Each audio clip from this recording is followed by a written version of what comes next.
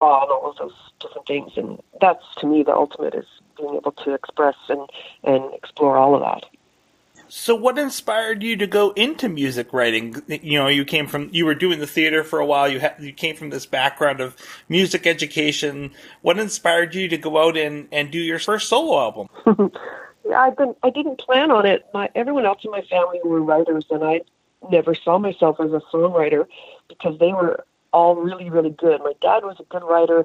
I had a big sister who was writing songs as a kid. Like, she was one of those big sisters. Oh, I wrote a song today, and she'd play it for you, or I wrote something for you to sing. And she was one of these great, smart kids. And my brother was doing it too. And I just was always the one that was kind of the performer. And I would, play on that. Oh, I'll play on your thing. Or they'd be so creative. And I just didn't see myself as a songwriter. But when I moved away and went to Toronto, and I'd done lots of theater, and I started to work a bit as a sideman. So after some of the theater stuff, and before I started writing, I got hired to perform in other people's bands. So I would get hired to be a fiddle player, or maybe a bass player, or come sing background and play mandolin. And we have a tour, we need to hire somebody. And so I was doing a fair bit of kind of gigging as a musician, and learning a little bit about what that's like, and meeting musicians. And I was enjoying it a lot. I like being a sideman. I'm a good band mate, and I'm a good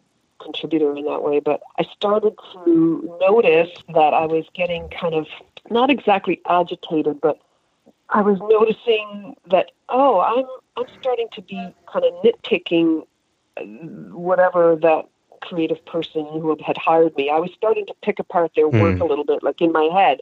I was like, that shouldn't be like that. It should be like this. And I don't like this arrangement. I mean, this arrangement's driving me crazy. I feel like it should be like this. And it wasn't necessarily appropriate, but what I realized was that I needed to write. I needed to write my own stuff. I needed to be the boss of my own thing because I had a creative need, and there was nothing wrong with anything anyone was doing. Of course, it was just that I was growing, and I needed to find my own outlet, because it was.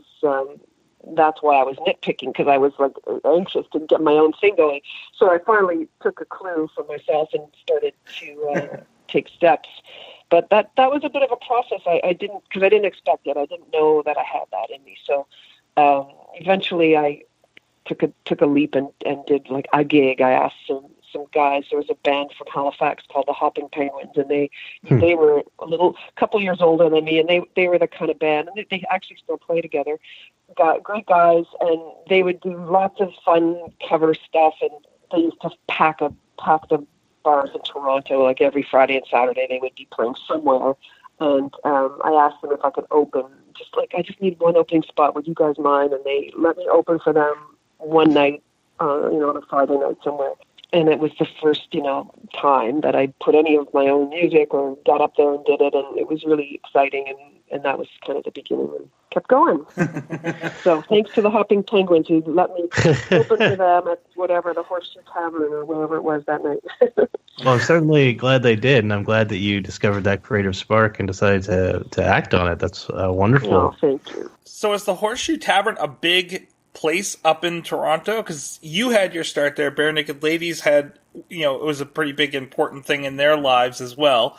I believe that was the first time that they played with that Ed and Steve also had Andy and Jim come up on stage with them. And so is that right? I don't think I knew that. That's cool. Yeah. That makes sense. It's a small place. It's not big at all, but it's just a place where the location is right in a spot that we all gravitate towards, especially, when I first came to Toronto, it was like, what's happening at the Horseshoe? It was such an iconic place. We knew where it was. We knew about it. We knew that bands play there. We knew that cool people we liked would be there. And so that's why it's so awesome. It's been there forever, and we've all had maybe a special memory or a start there. But it's not big. It's tiny. Yeah. Sorry, Aaron, I interrupted you. Well, I just got excited because I heard her mention Halifax. So, did you grow up in Halifax? Yeah. Melanie? Oh, wow. Yeah. So I have my aunt and uncle. They're out in Victoria now, and they went to Moncton for a while before then. But I remember for most of my childhood, they lived in Halifax, and I used to go up there and visit them, and have really fond memories of the summers in Halifax I would spend with them. And yeah, it's just kind of a special place in my heart because of that. So that's really cool that you're from there. Oh, I'd like to hear more about what they did there, but you can tell me later. I'm going to put you on the spot a little bit, Melanie, because I had a question about Halifax. Given that Halifax is kind of your place, your hometown, what is your take on Hello City? Yeah, well, I remember, it's not my impression. I was always upset that they had a negative vibe, I always felt bad about that. I thought, oh no, I've got to make up for the fact that it wasn't a good time when they first went to Halifax. But what can you do? What can you do about it? I felt bad about it. I tried to erase it. That's what I tried to do. Try to erase that by being an extra good Haligonian at all times when I'm in the presence of the Bare Naked Ladies. That's all I could do. So how did you come to meet the Bare Naked Ladies? Oh, it was so neat. I was performing with this little folk group who were really, really sweet, wonderful older guys. Not older, but a couple years older than me anyway. And they were a folk group called Tamarack. And they had hired me to come play with them on a cross-Canada tour this one summer in 1992.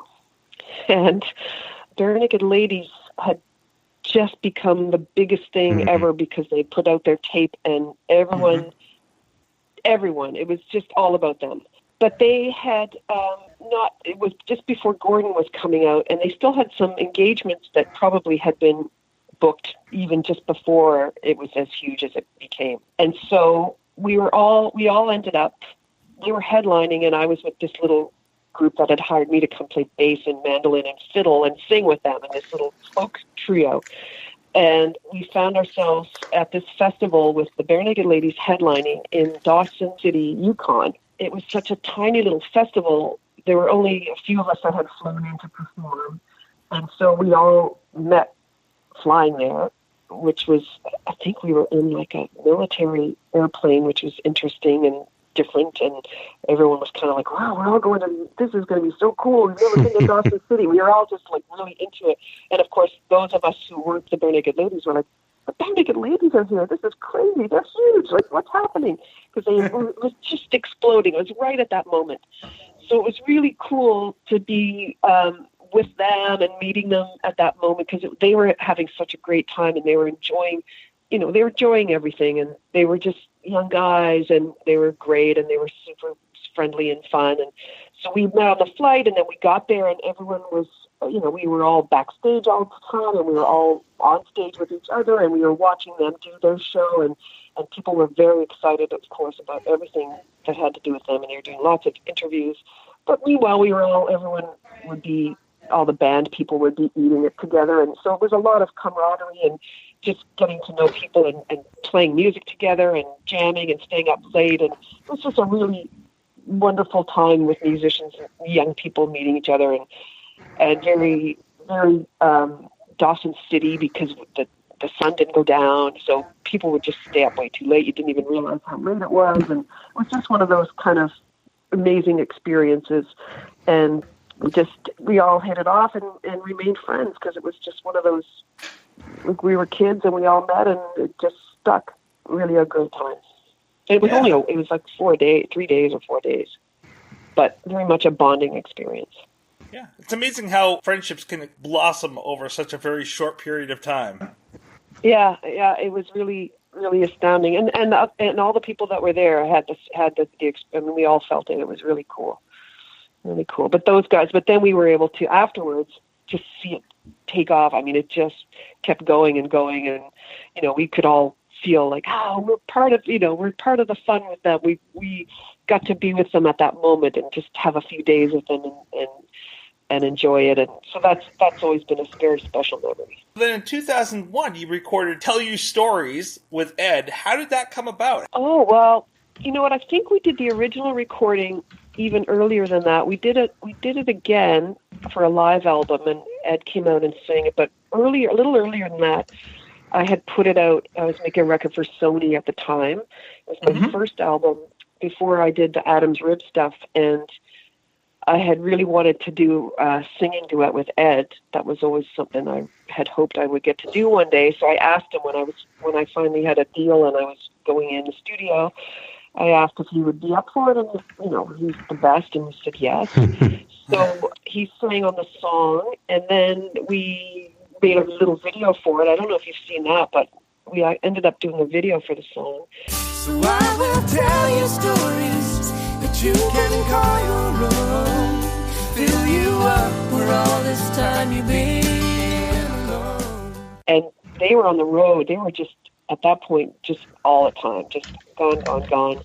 And because that's when Maroon was blowing up for him. I think that must have been it. But no, this was before, when we did the video, I think it was in 97 or something. Oh, okay, so just before Stunt took off. Yeah, and they were in Kalamazoo, and it was sort of close to Toronto-ish, and so my video crew said, we're going to go down. We've got most of the video in the can, but let's go get a day of shooting with Ed, because, we can't have this video without Ed. And so we jumped in the car with like a little tiny crew and went down, and after his show one night, we were in Kalamazoo, a real place. I didn't even know that until I'd gone there, and went and they scouted a little spot, and we sang. We did the choruses and stuff with Ed that we got to put into the rest of the video, and it was really sweet of him to give us time. And we were, it was a great addition to the whole song and video. And then later we did do another recording of it, which is maybe with the 2001, I think. So not to correct you, but we did again. And that was like I did a live performance, and Ed was like our special guest at the show. And we did it again. That's great. No, feel free to correct me anytime. I can collect only so many things off the internet and get numbers right only so much. You've lived it. Yeah, well, I don't know if I'm getting it all right. But anyway, I'm pretty sure about that one. I'll pass it back to Aaron now. I've taken up for a little bit here. I'm very happy to have the opportunity to ask you a few questions, Melanie. I did want to ask, we were talking about composition. I write music myself, such as it is. And for me, it's sort of a compulsion. And I wanted to ask you, it's sort of always been sort of therapeutic for me. What purpose does composition serve for you? There's the therapeutic side for sure. Usually, maybe it's somewhat of a compulsion, but I don't have a lot of choice in the matter is how I feel. Usually, similar to that time when I was playing for other people and I was starting to get bugged, it's like, what's bugging me? Why am I so bugged? Like, what's happening? Why am I agitated? Oh, that's me telling me, do something, you dummy, do something. You want to do something. What is it you need to do? What is it you need to say? Are you not playing? Are you not singing? Are you not writing it? Like, do it. And it's usually a little bit like that. I may be getting distracted with whatever, life or a different job or who knows what. And eventually I give myself a message, and then I hopefully start to take the hint a little quicker as time goes on. But it's funny that way. You sort of do the same lessons over and over. But for me, the art is pushing me forward, and I don't have a lot to say. And I hopefully get better at listening to the signals and the signs that, oh, that's something bubbling up that wants to come out, and that's a good thing. That's the signal. Okay, something good is coming, and now I know to listen and either get in the studio or just write it down or get my little book out or get out the guitar or sit at the piano and whatever it may be, but something's coming. Excellent, thank you. I just one more question about your personal process. I'm just curious because for me, the most difficult thing is always saying to myself, okay, this piece is done. Because I never really want to give it up. I'm always like, oh, I can come back and tweak it or change something here. So the hardest part for me is just putting it down and walking away and saying, okay, this is a finished song now. I don't know about you, but how do you deal with that, with just wrapping everything up at the end? Usually it's a deadline,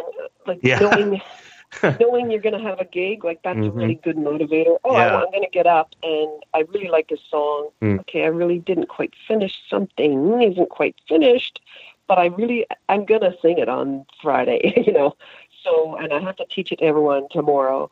And so I do need to finish it. And also to give yourself permission to change something if you want to. I mean, you can change That's it. very It's your true. song, Yeah, who's to you say? know, so you don't have to, there's no rule. I've